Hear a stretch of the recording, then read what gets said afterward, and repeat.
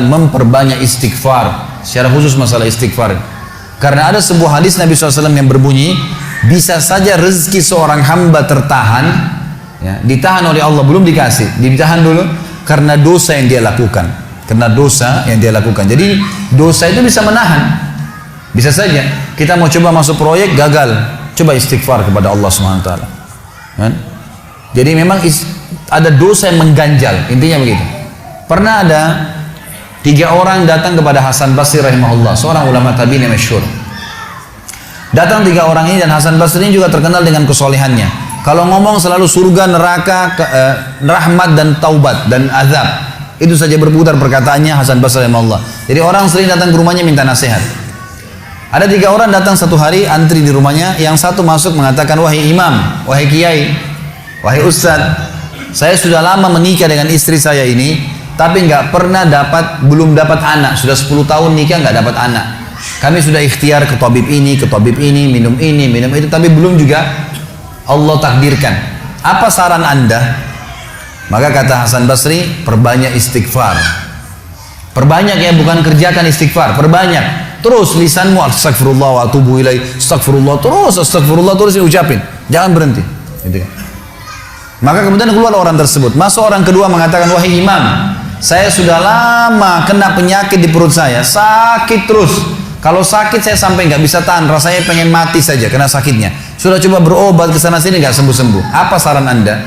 Kata Hasan Basri, perbanyak istighfar, perbanyak istighfar. Amalin, pulang. Datang orang ketiga mengatakan, wahai imam, saya sudah lama bekerja banting tulang.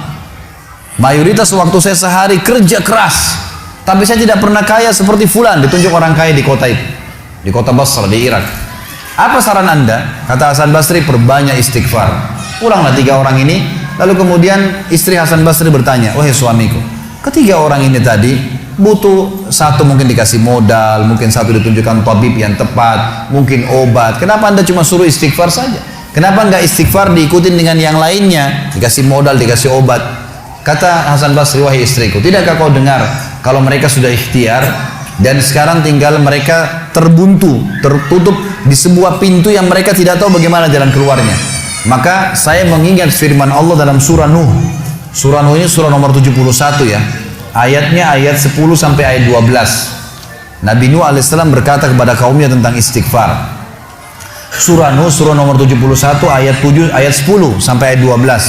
A'udzubillahi minasyaitonirrajim, faqultu astaghfiru rabbakum innahu kana ghaffara yursilis samaa 'alaikum midrara wa yumdidkum bi amwalin wa banin wa yaj'al lakum jannatin wa yaj'al lakum anhara. Kata Nabi, kata Allah Subhanahu wa taala, Nuh berkata kepada kaumnya, istighfarlah, minta taubatlah kepada Tuhan kalian, sesungguhnya Dia Maha menerima taubat hamba-hambanya. Manfaatnya Dia akan menurunkan untuk kalian dari langit midrara. Midrar kata para ulama tafsir bisa berarti hujan yang lebat, bisa berarti rezeki yang non-stop, terus dikasih sama Allah bertubi-tubi. Dan dengan istighfar Allah akan memperbanyak harta dan keturunan kalian, dan Allah akan jadikan kebun-kebun kalian lebat, dan Allah akan suburkan juga seluruh sungai-sungai kalian. Jadi di sini manfaat daripada istighfar. Ada kisah yang lain teman-teman sekalian, kisah Imam Ahmad rahimahullah. Imam Ahmad rahimahullah dari 4 mazhab tadi, Abu Hanifah, Malik, Syafi'i dan Ahmad. Ahmad bin Hanbal muridnya Imam Syafi'i. Mazhab yang keempat. Imam Ahmad rahimahullah di akhir hidup beliau ulama besar hadis. Di akhir hidup beliau pernah terlintas di benaknya untuk mendatangi sebuah kota di Irak. Kenapa ke sana nggak tahu. Pokoknya pengen ke sana gitu.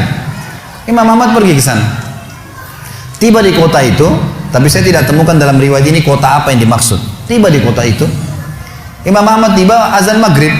Lihat masjid, ada satu masjid, masuk masjid itu sholat berjamaah. Orang nggak tahu dia, karena zaman dulu orang tidak ada foto, tidak tahu lihat bagaimana wajah siapa orang ini, nggak kenal.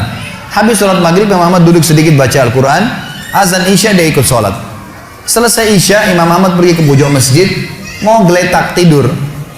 Marbot masjidnya datang, dekatin. Wahai syekh. Syekh ini dalam bahasa Arab 3 artinya. Bisa satu dari 3. Bisa orang tua, syekh. Bisa orang alim, bisa orang kaya. Jadi tidak selamanya kalau antum dipanggil di Saudi syekh dianggap orang alim gitu. Bisa saja orang tua gitu kan. Dipanggil, hai syekh, orang tua maksudnya. Ngapain anda di sini?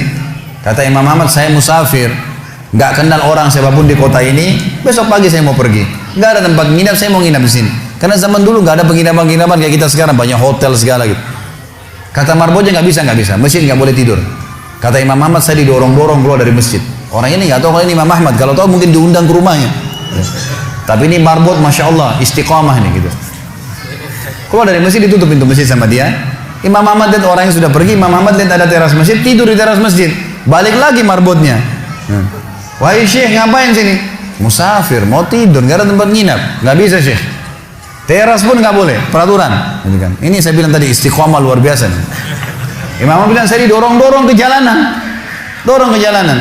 Waktu saya lagi didorong ke jalanan, ternyata masjid bersebelahan dengan kios penjual roti. Ada satu orang penjual roti di sebelah masjid. Lalu dia mengatakan, syekh, dipanggil Imam Ahmad, silakan ke tempat saya. Imam Ahmad pun datang. Dia bilang, saya punya rumah tidak jauh dari sini, ini kios saya, ada ruangan tempat tidur saya.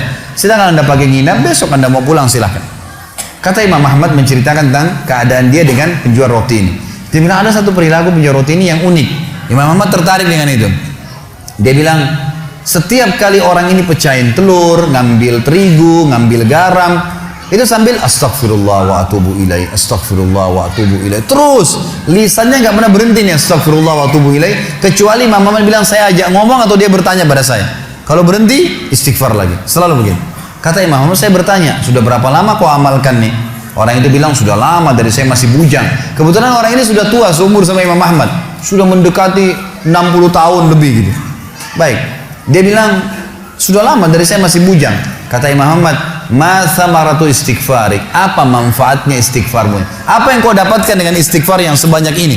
Kata dia, tidak ada apapun yang saya minta kepada Allah kecuali diijabah. Apa saja saya minta Allah kasih, tinggal satu yang belum Allah kasih.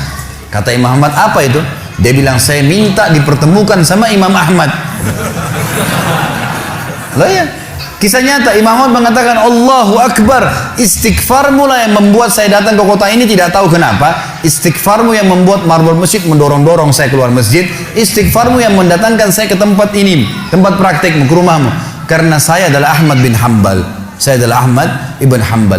Bagaimana istighfar teman-teman sekalian mendatangkan rezeki yang luar biasa. Permintaan apapun didatangkan. Seorang alim ulama biasa didatangin, ini malah didatangkan sama Allah ke tempat orang ini karena istighfarnya. Dari memperbanyak istighfar manfaatnya sangat besar. Hadis Bukhari kata Nabi SAW, siapa yang mulazamah selalu istighfar, Allah akan jadikan jalan keluar dari masalahnya dan Allah akan berikan rezeki dari tempat tidak disangka-sangka.